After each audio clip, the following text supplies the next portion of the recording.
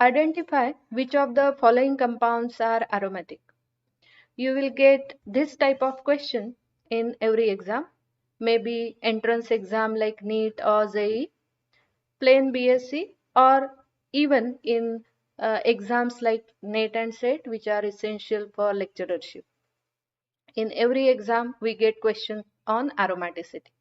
So in this video, we'll learn basic concept of aromaticity and how to identify whether given compound is aromatic, anti-aromatic or non-aromatic. We will quickly go through the theory part and then we'll solve examples to understand the concept. Okay, so let's begin. For compound to be aromatic, it must follow certain conditions. So now we'll see each condition one by one. First condition is that compound must be cyclic.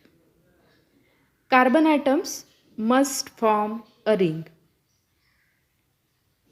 Second condition, compound must be planar. All carbons that form the ring must be in one plane. Third condition, compound must contain conjugated double bonds. Conjugated double bonds means alternate double and single bond as shown.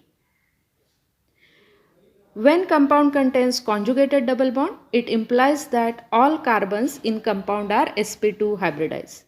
Each sp2 hybridized carbon has one unhybridized p orbital which is perpendicular to sigma framework.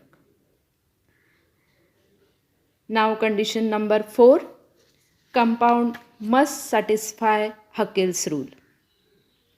Haeckel's rule states that any cyclic planar conjugated compound containing 4n plus 2 pi electron is aromatic and containing 4n pi electron is anti-aromatic. But you should know how to calculate number of pi electrons and how to decide whether number is 4n or 4n plus 2.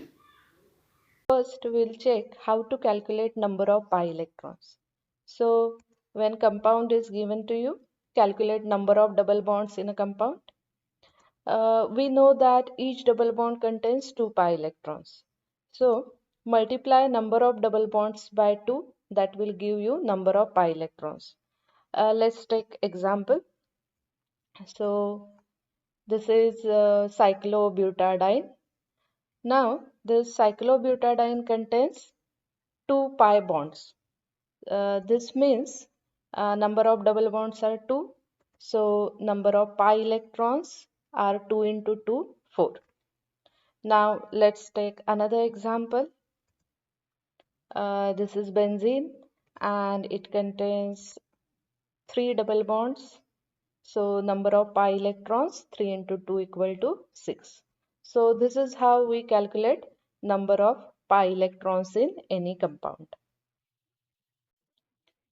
Once we calculate number of pi electrons in a compound, next step is to decide whether number is 4n or 4n plus 2. So how to do this? I will tell you simple trick.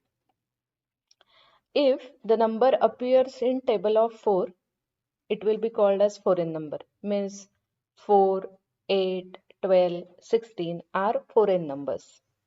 Now you just add 2 to each of this number, means 4 plus 2 that will give you 6, 8 plus 2 that will give you 10. So likewise 6, 10, 14, 18 are 4n plus 2 numbers. So let us continue with our earlier examples. In case of cyclobutadiene, we have calculated number of pi electrons as 4. So now you will easily tell that this is 4n number. In case of benzene, we have calculated pi electrons as 6 and now you can easily tell that this is 4n plus 2 number. Let me quickly summarize the conditions for compound to be aromatic. Compound must be cyclic, it must be planar, it must contain conjugated double bonds, and it must satisfy Haeckel rule, means it should contain 4n plus 2 pi electrons. If compound satisfies all these rules, then it will be aromatic. However, if compound breaks any of the first three conditions, means if compound is non-cyclic, or if compound is non-planar, or it does not contain conjugated double bond, then it will be called as non-aromatic. And if compound satisfies all first three rules, but then it contains 4n pi electron, it will be anti-aromatic. Friends, listen carefully. For compound to be either aromatic or anti-aromatic, it must first satisfy first three conditions. Means it should be cyclic, planar and conjugated. Then only count number of pi electrons and decide whether number is 4n plus 2 or 4n, and depending on that you will say that compound is either aromatic or anti-aromatic. Okay, so let's move to actual examples. So you have to decide whether these three compounds, benzene, naphthalene, anthracene, are aromatic or not. As you can see, all these three compounds are cyclic, planar, and all these contain conjugated double bonds. This means they satisfy first three conditions for aromaticity. Now, uh, you have to calculate number of pi electrons in each compound and then decide whether the number is 4n number or 4n plus 2 number. Remember, if number is 4n, you will call these compounds as anti-aromatic. If number is 4n plus 2, you will call this compound as aromatic. For your convenience, I have kept both series over here, 4n and 4n plus 2 number series. Now let's check each example. So in case of benzene, number of pi electrons are 6. In case of naphthalene, number of pi electrons are 10, and in case of anthracene, number of pi electrons are 14. So now 6, 10 and 14 are 4n plus 2 numbers. So this means that all these three compounds, benzene, naphthalene and anthracene, satisfies all four conditions, means cyclic, planar, conjugated, and they contain 4n plus 2 pi electrons. So all these compounds are aromatic, and these compounds are called as benzenoid aromatic compounds. Take another example. This is cyclobutadiene. We want to decide whether this compound is aromatic, anti-aromatic or non-aromatic.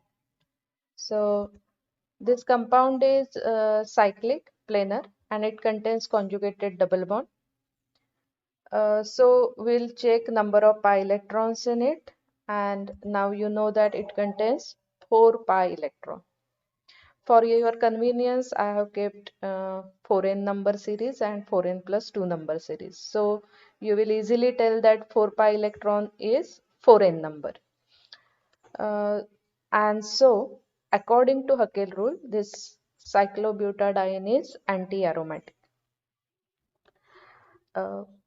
So whenever compound is cyclic, planar, conjugated, and it contains 4n pi electron, we call that compound as anti-aromatic compound.